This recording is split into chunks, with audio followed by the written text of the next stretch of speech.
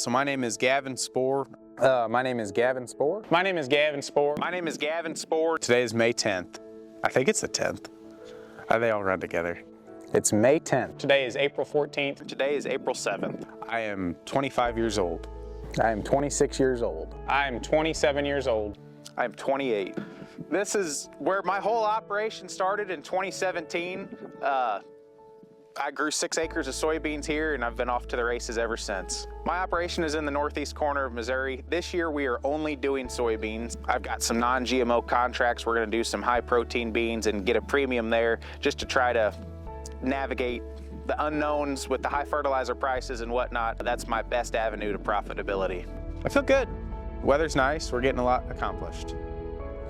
I'm feeling tired. We've had a couple day stretch of really good planting conditions, and we're trying to beat a rain, so a couple nights of little to no sleep, but we're rocking and rolling today. The first year I was super gung-ho, and last year I was really down in the dumps, and this year I'm kind of in the middle of those two, so it's neat to watch myself on camera go through those ups and downs. A good word to describe it would be frustrated. So many wild things completely out of the control of the farmer going on. Diesel prices have skyrocketed, fertilizers skyrocketed. Grain prices, unfortunately, have not. Just a lot of things going on, and it annoys me a little bit that I can't control more of those, but that's part of being a farmer.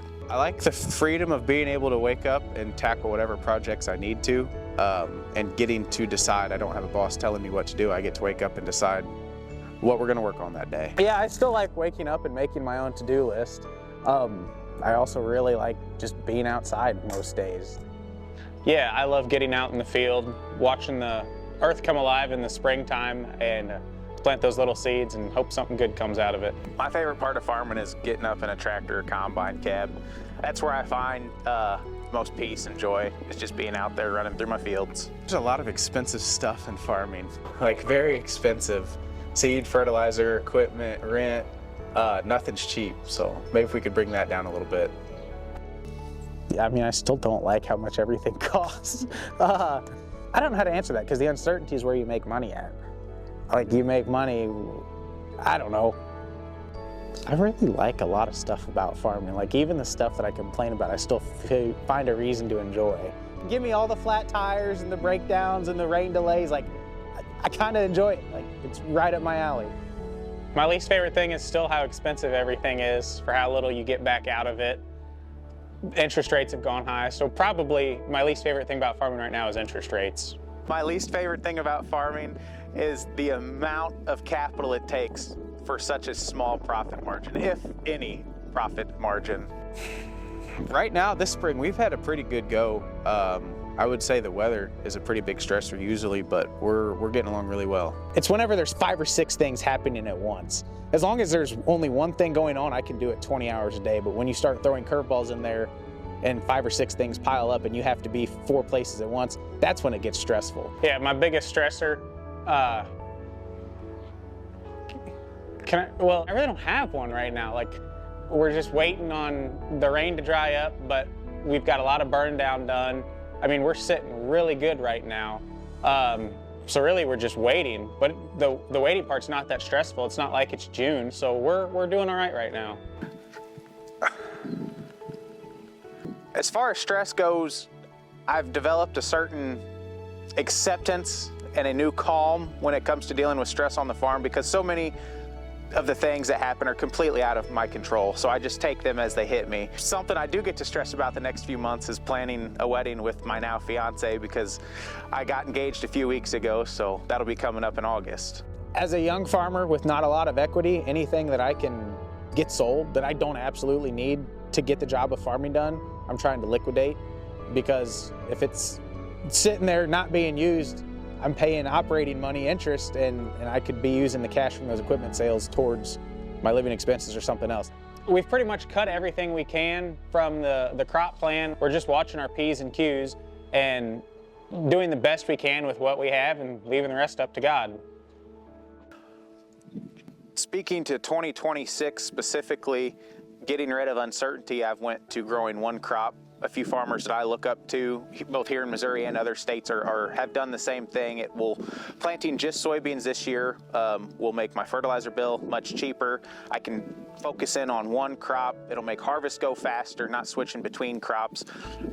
So that's the angle that I'm going. That's what we're gonna do.